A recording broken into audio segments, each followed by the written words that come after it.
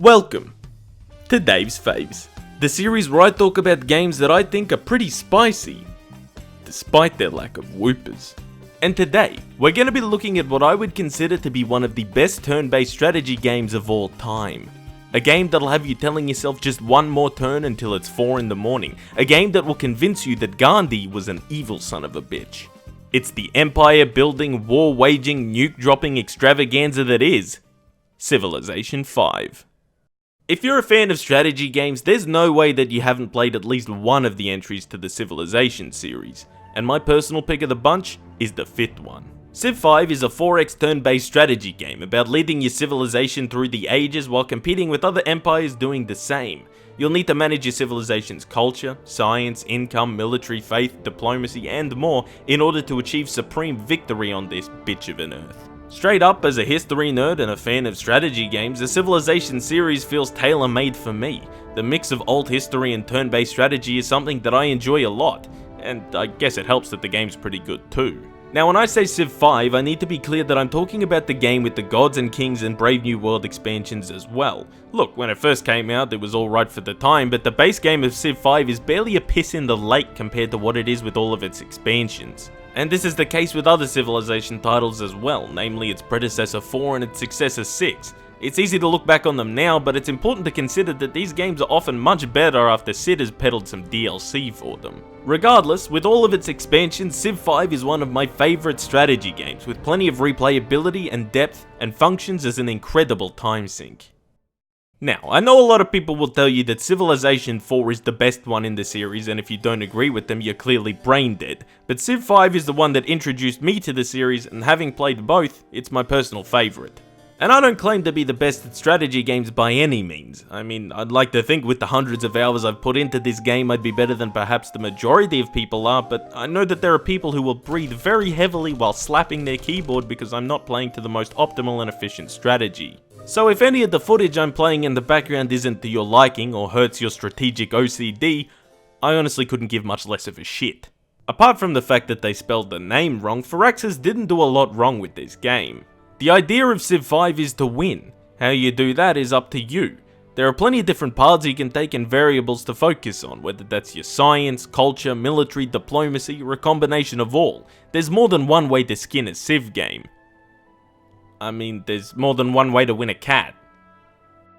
There's multiple victory types, okay? The game is ended when a civilization successfully reaches one of the victory types. Time victory, which should always be turned off. Science victories for people with extremely high IQs. Domination victories for true chads. Cultural victories for refined gentlemen. And diplomatic victories for little pussies. One of the best things about this game is its replayability. Not only are there many different avenues and strategies that you can pursue, but there are 43 different civilizations, each with their own unique abilities, units, and buildings that fit into different playstyles. Balancing is always a little bit of an issue, as there are some civs that are clearly better than others, and even some strategies are more viable, though I still think trying something different, certainly in single player, is still a lot of fun. The technology tree is diverse and not entirely linear, allowing you to rush certain texts for specific buildings, units, or wonders, and the different social policy branches offer different bonuses for certain playstyles and builds as well. You can also found a religion should you accrue enough faith, which doesn't directly let you win the game but can give you very helpful bonuses and has lots of benefits.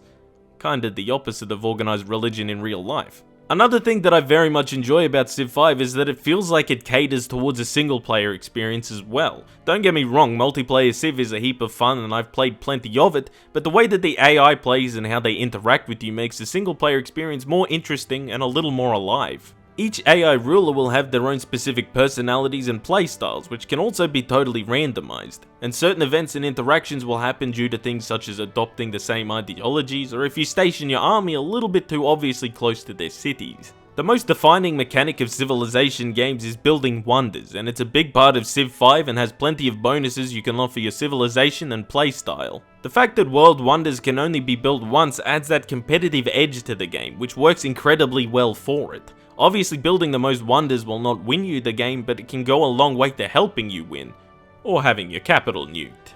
Combat is also a large part of the game, as is conquering cities, and the game gives you a nice roster of units to tackle it. between melee units, ranged units, cavalry, anti-cavalry, siege units, and in the later stages planes, paratroopers, and good old-fashioned atomic destruction, there are plenty of ways to strategize and go about warfare. I certainly feel that it comes much more alive and interesting in the later stages of the game, especially once more support units and more mobile options become available, and often creates a very tense and competitive showdown. The exact kind of thing this game should be creating. Civ 5 has a great sense of progression and complexity throughout each game, from your civilization's humble beginnings to the world-spanning conflicts and political happenings of the late game. This game really comes alive once you start to adopt ideologies, as this is when the political climate gets nice and juicy. Tensions will rise, cities will revolt, and nukes will inevitably fly. There's just something so oddly satisfying about bringing nuclear destruction upon your enemies, or crushing their technologically inferior soldiers with modern military units. But perhaps that's just the sadist inside of me talking. Just like a 4X game should, Civ 5 comes with heaps of different map presets, from the map type to other factors such as resources and sea level to help with versatility and replayability. It also has a bunch of different scenarios to play as well should you want to try a different kind of challenge. There's also a huge modding scene for the game, which has been embraced and is really easy to integrate with the Steam Workshop. There are some overhaul mods, but many are just additional civs, which is fantastic. More civs equals more replayability equals more fun.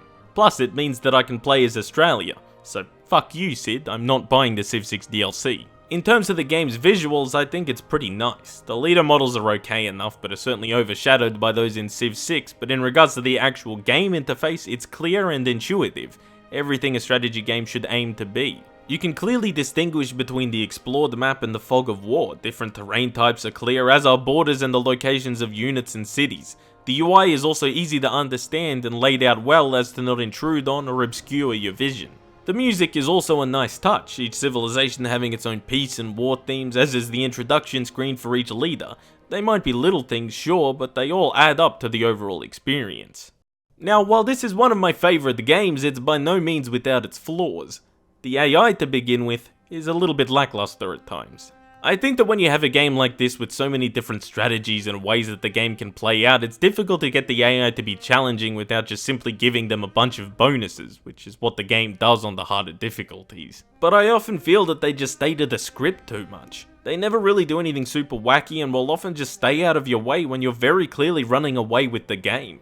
Obviously, they'll tend to be a little more aggressive and whatnot on the harder difficulties, but they still don't seem to realize when someone else is about to win or when the optimal time to launch an attack is. The way that they settle their cities is also a little bit how you're going at times, and can certainly be a little more than slightly rage-inducing when they so clearly stuff up a canal city. Another thing you could argue is that the early stages of the game are a little bit bland, certainly compared to the later stages once ideologies and more diverse unit types come into the fray.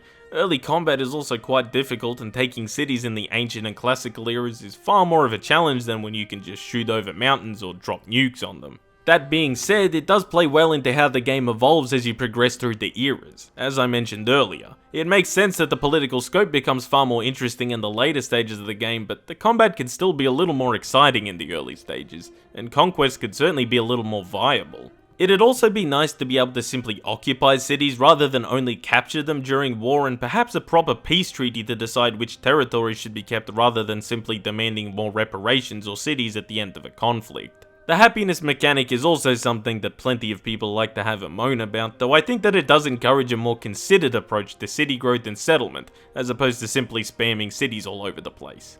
It would make more sense for happiness to be per city, however, especially in a more regional sense or in cities that have been conquered by more influential or powerful civs, for example. So while it does come with some positives, I think that it doesn't realistically make a massive amount of sense. But while Civ 5 certainly does have a few negatives and isn't a perfect game, I still believe that the positives far outweigh what the game doesn't do quite as well. The way that it sets up each game for the showdown at the end is fantastic. As empires and technology becomes more complex and we all have nukes pointed at one another, it creates a very competitive political scene, which is one of the best things that this game does. And in terms of replayability, this game has bucket loads. When you mix all of the different available civilizations, all the different victory types, all the different maps, all of the different wonders, buildings, units, and ideologies at your disposal, there's more than one way to play and more than one way to win. The sense of freedom that the game gives you mixed with the sense of urgency created by the political climate that it builds up is fantastic, and really hits home what makes this such a brilliant strategy game. Even though its successor has come and gone, Civ 5 is still the turn-based civilization building game for me. As previously said, the goal is simply to win. Whether you do that by building a giant rocket ship, by paying off all the city-states, by making a bunch of paintings, or by leaving a trail of nuclear destruction in your wake, Civ 5 is a game that gives you the freedom to be the greatest empire on your terms, however you want that to be. Anytime you can tell an interesting recount of a game is a positive in my books, and Civ 5 is certainly one of those games. Obviously, the mix of alt history and strategy plays right into my hands, which is what attracted me to the series in the first place, but the replayability of this game has ensured that I've been coming back to it over and over again. And look, it doesn't have any whoopers in it, which is obviously its biggest flaw, but if one of yous want to make a whooper civ or something, you should let me know. The Civilization series has always been a mainstay in the games industry, and has always had its place in the library of any strategy game enthusiast. And for me, Civilization 5 is the entry that will long stand the test of time. So thanks for watching this episode of Daverit's Favorites. I hope you enjoyed, and if you did, make sure to smash that like button below. Thank you very much for 50,000 subscribers, fellas. I'm glad that I'm still growing, and I hope you guys are still enjoying my content, because I plan on making plenty more of it. So thanks again for watching, and if we hit 75,000 subscribers, I'll give you the next installment of Dave's Faves.